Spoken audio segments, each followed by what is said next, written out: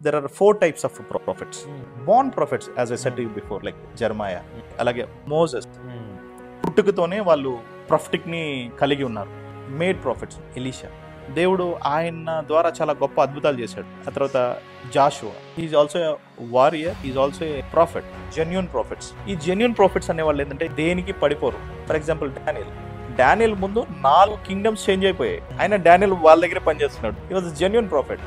Joseph ఆయన genuine గా నిలబడ్డాడు, ఆయన మనసు మార్చుకోలేదు.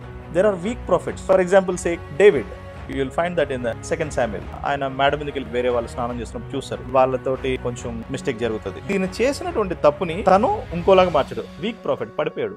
క్రిస్టియన్స్ కూడా 4 రకాలు ఇదే వర్తిస్తుంది. వారు పుట్టుకతోటి దేవుని మీద ఆధారపడి దేవుడి మీద జీవితం గడిపేవాళ్ళు. కొంతమంది మధ్యలో మారుతారు, కొంతమంది జెన్యూన్ గా ఉండే వాళ్ళు ఉంటారు, కొంతమంది వీక్ క్రిస్టియన్స్ అటు ఇటు ఊగిపోతూ ఉంటారు.